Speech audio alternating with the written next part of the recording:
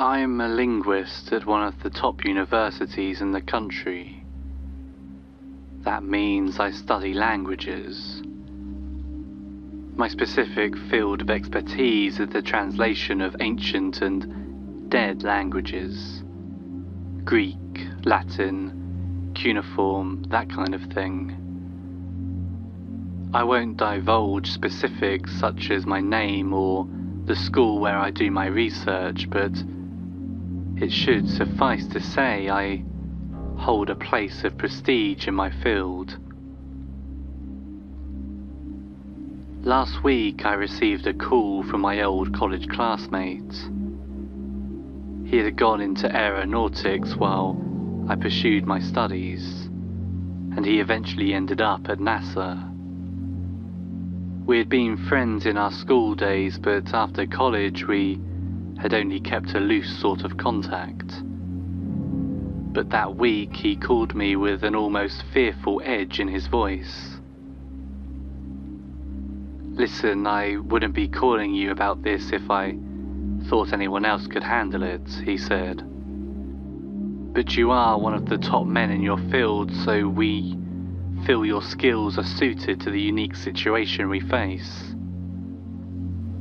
When I pressed him for details, he had remained tight-lipped. He told me that if I accepted the job, then there would be a plane waiting for me at the nearest airport within 6 hours. I admit that accepting this job was out of character for me, but my professional curiosity had been piqued. If this was something that demanded my skills, then I had almost an obligation to investigate. I had noticed the use of the word "we", though. When I arrived at the airport and saw that I was flying in a private plane with men in black suits, it became obvious that this involved some of my friends' work at NASA. I was flying for several hours before the private jet landed at a small rural airport. There were more men in black suits waiting for us. They instructed me to take a back seat in the Humvee with tinted windows. I was then driven for another several hours until the men parked the car and instructed me to step out of the vehicle. I did, and it took a couple of seconds for my eyes to adjust to the bright sunlight. I looked around.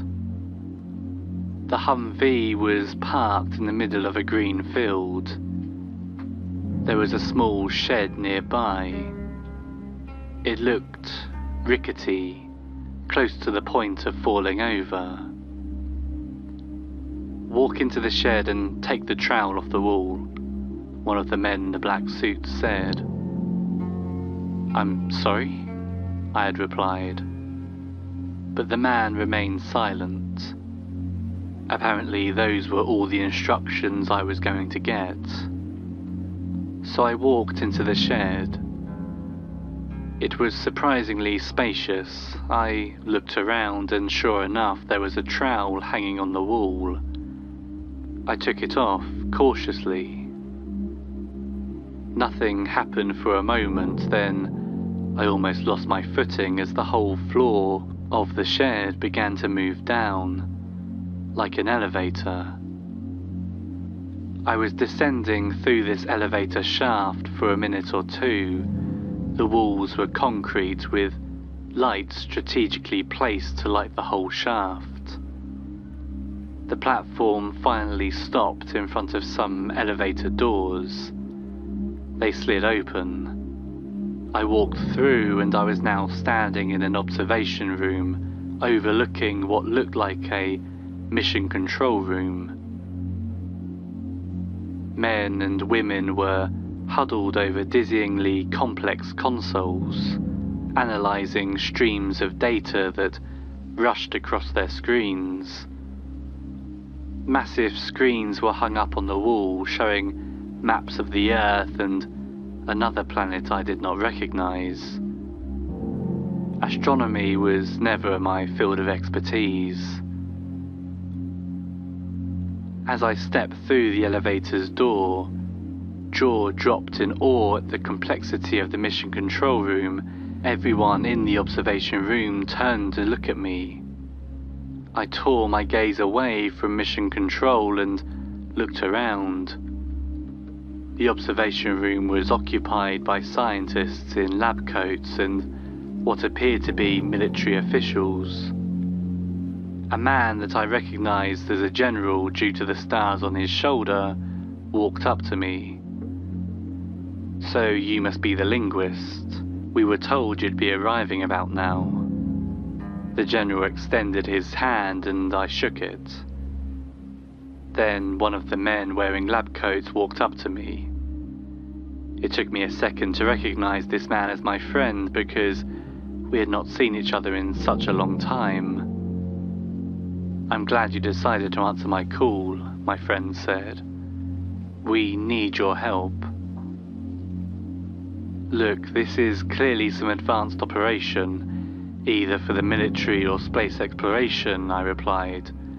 "I don't understand what you would want with my skills." The general and my friend looked at each other, and then back at me. "You'll want to sit down," my friend said. I took a seat, and so did my friend and the general. "You've been granted clearance for what I'm about to tell you, and you must never tell another living soul," my friend said. "We have developed an experimental material for space probes. It's an alloy 100 times stronger than steel, and NASA decided to put it through its greatest stress test available, the planet Venus." I nodded my head, trying to recall what I had learned about Venus in school. I knew that the atmospheric pressure was strong enough to crush almost anything, that there was a high level of volcanic activity, and that it rained acid. In short, the perfect place to test how durable the material is. "We constructed a rover out of this alloy, and we deployed it to the surface of the planet," my friend said. "It survived, and for the last few weeks we've been driving it around Venus, collecting all sorts of samples and taking many photos." "If this has happened, how come it's not all over the news?" I asked. The general cut in to explain. "We didn't want to expose the fact we now have a material that is so far ahead of what anyone else has," the general said. "We believe it has applications beyond space exploration, so revealing it to the wider public would give away our tactical advantage." "I see, but you haven't explained why you need me," I said.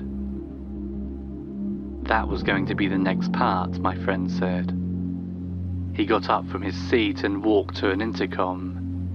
He pressed a button and spoke into a microphone. "Please bring up the picture," my friend said, his voice echoing into the mission control room. A scientist tapped some buttons at a console, and an image took up one of the larger screens on the wall. The image showed a desolate landscape. It must have been taken from a high place because the camera appeared to be gazing down into a valley. The sky was a sickly yellow, and the ground was made of black rock and dirt.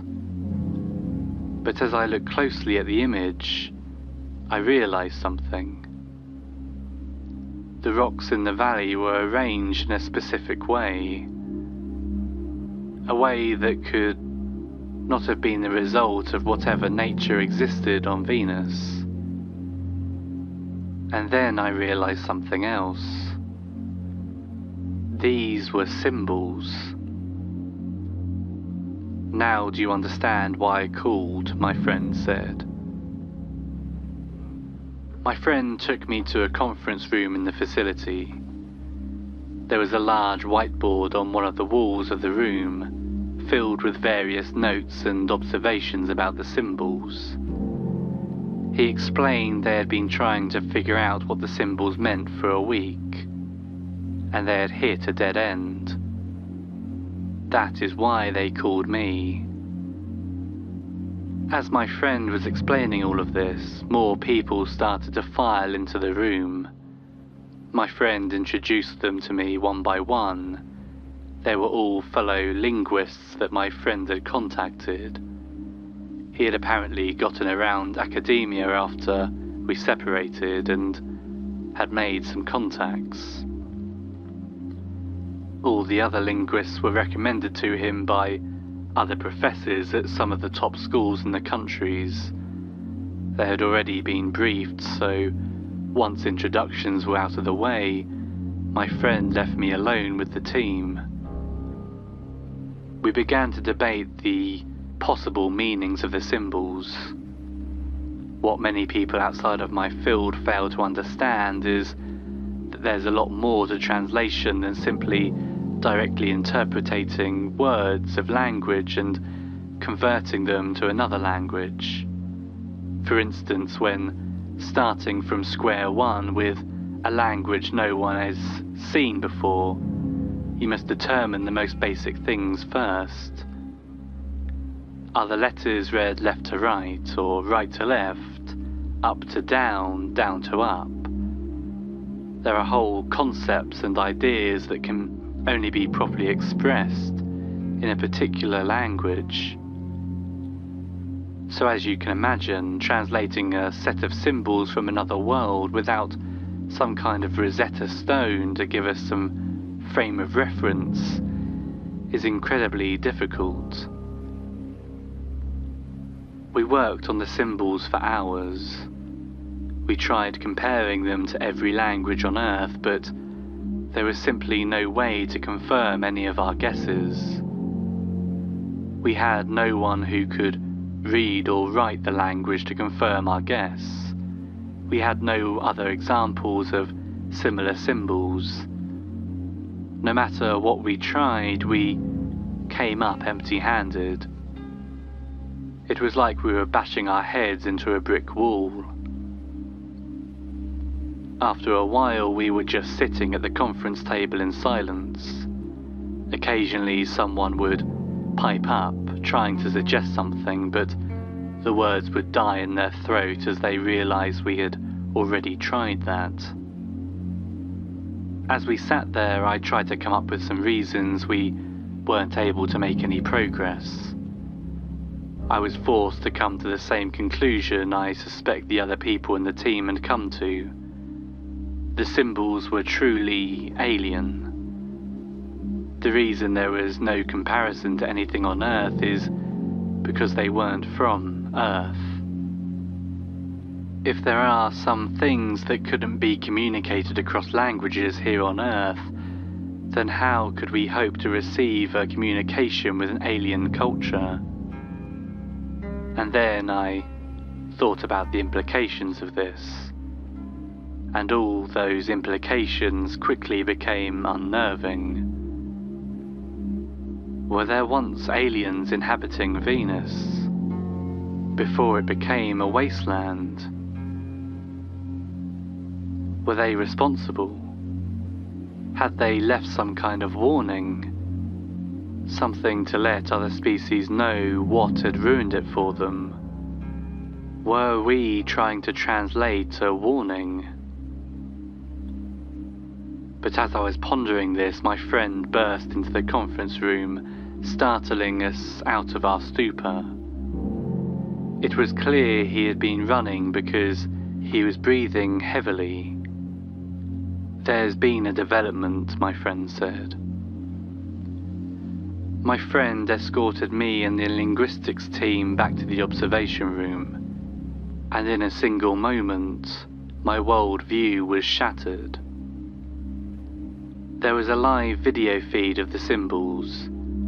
The rover had been parked in front of them for a day now, and standing behind the symbols, looking at the rover, was a man. The man's skin was black like the rock that made up the ground, and it looked like it was made of rock too.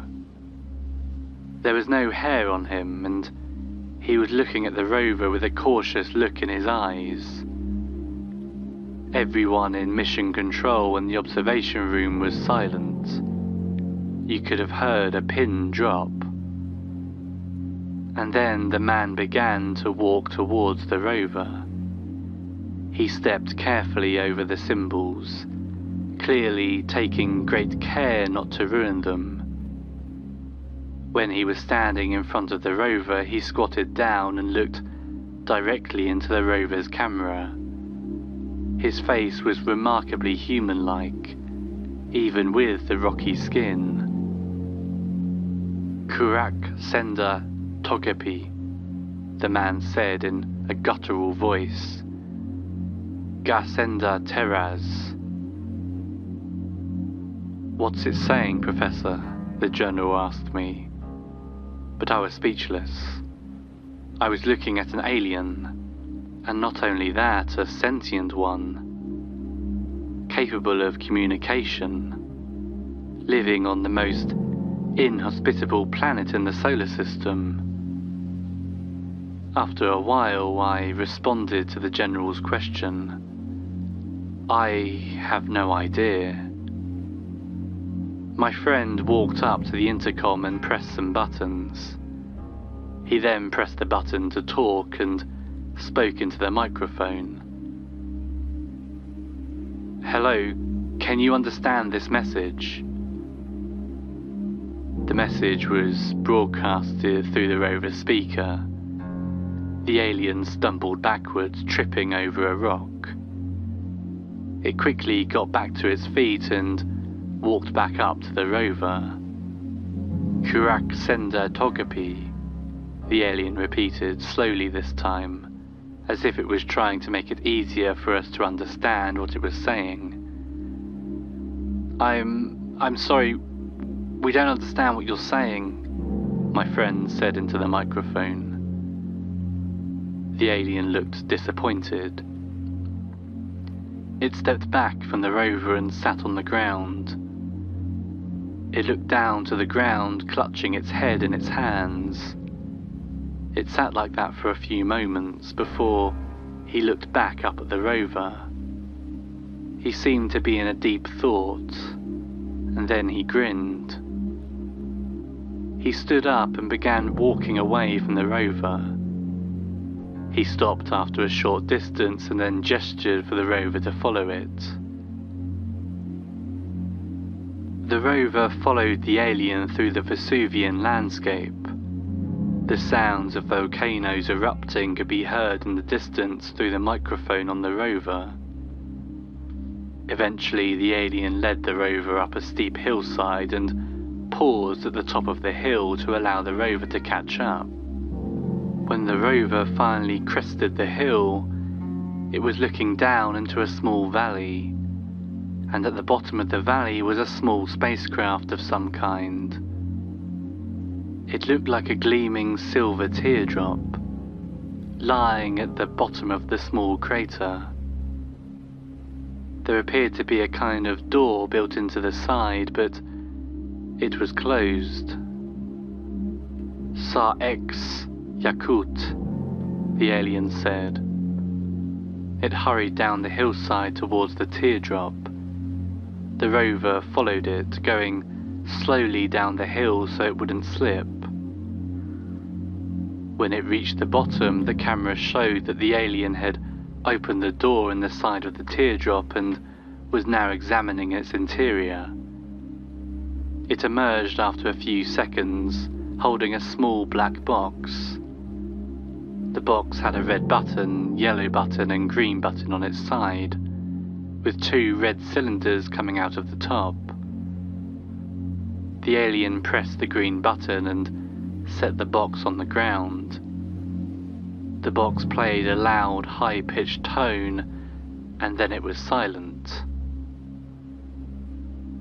"Hello," the alien said in a low, gravelly voice. "Can you understand me?"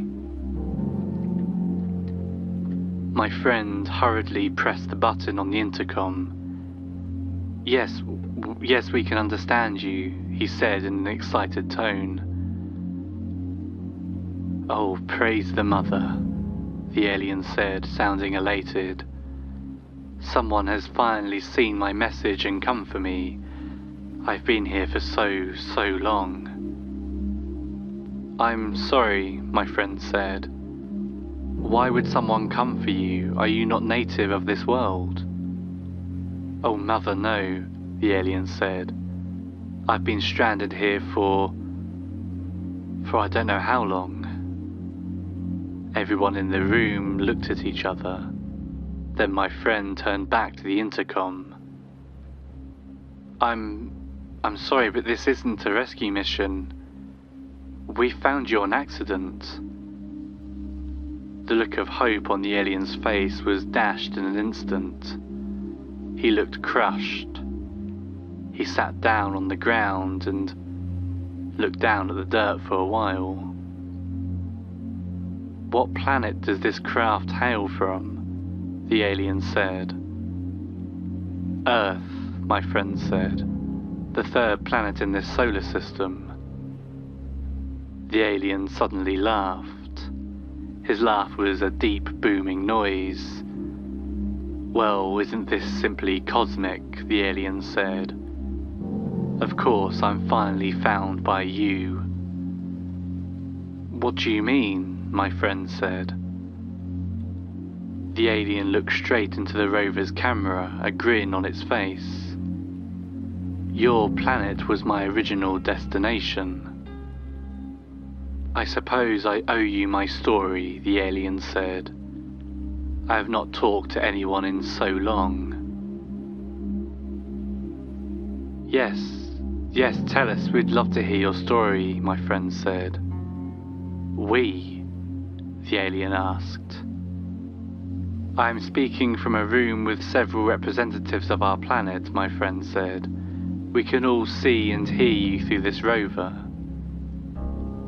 I see, the alien said. He grinned and waved at the rover. Hello, people of planet Earth. It's lovely to finally meet you. The general moved my friend aside so he could speak into the intercom. Son, you better explain why you were trying to come to our planet. Yes, I suppose I should explain myself, the alien said. I imagine that I gave you quite the shock, both with my appearance and my statement. The alien took a deep breath. Well then, let's start from the beginning. My name is Kugantika. It means one who gazes into the distance in my language. I lived on a prosperous world. We had achieved a harmony with our planet. We drew energy from the light of our star and the movements of our oceans. I was a scientist working in the field of aeronautics. We had achieved space travel and we were on our way to establishing permanent settlements on other planets in our solar system. But then our planet began to collapse. Unforeseen geological forces began to tear it apart. Evacuation was our only option. Our most brilliant minds were selected for a special treatment. Each person would be given their own indestructible pods where they would be put into stasis and be sent out into the cosmos. The goal was to preserve some of our species' knowledge and culture and spread it throughout the galaxy. We were also given a special serum. When our pods landed on an alien world, it would take readings of the atmosphere and environmental conditions around it. Then the serum would be injected into us, transforming our biology so we could thrive on this new world. I was chosen to be sent to a nearby habitable world to spread our species' knowledge with the low-level sentient life forms that lived there. Your Earth. but something must have gone wrong in my journey.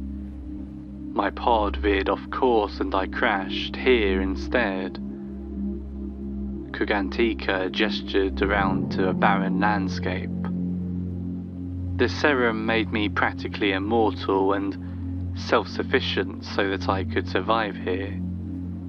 But that is all I'm doing. Surviving, hoping someone, anyone would come and take me away from here. Kugantika looked down at the ground again. He was despondent.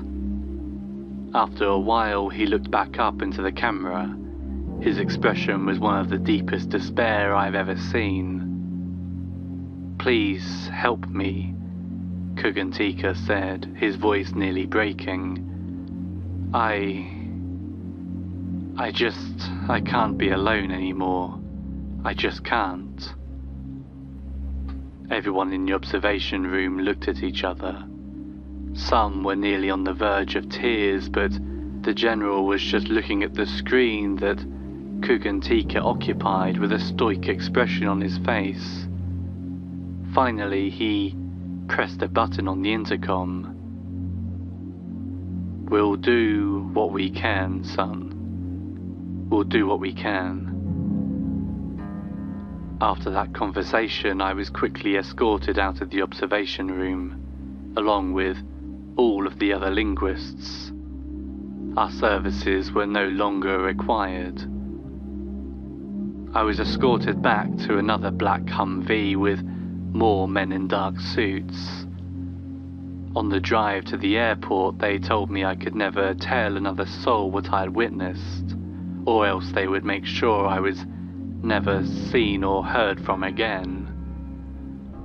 But after that encounter, I caught myself looking up into the night sky more often. How could I rest knowing that there was someone up there simply waiting to either die or be rescued? I hope I've taken the necessary precautions so that I can share my story, so that I could pass the burden of this knowledge on to you. I would feel better if more knew about what keeps me up at night, knew about the one who is trapped on a dead world, waiting for us to come and save him. Thank you for listening, and if you enjoyed this video, please remember to subscribe to the channel and like the video, as it helps more people to find it. Join me for live streams on TikTok several times a week. You can find my profile in the description, or just search Bad Dream Baby. And if you'd like even more content, consider subscribing to my Patreon account, linked in the description. Until next time, good night.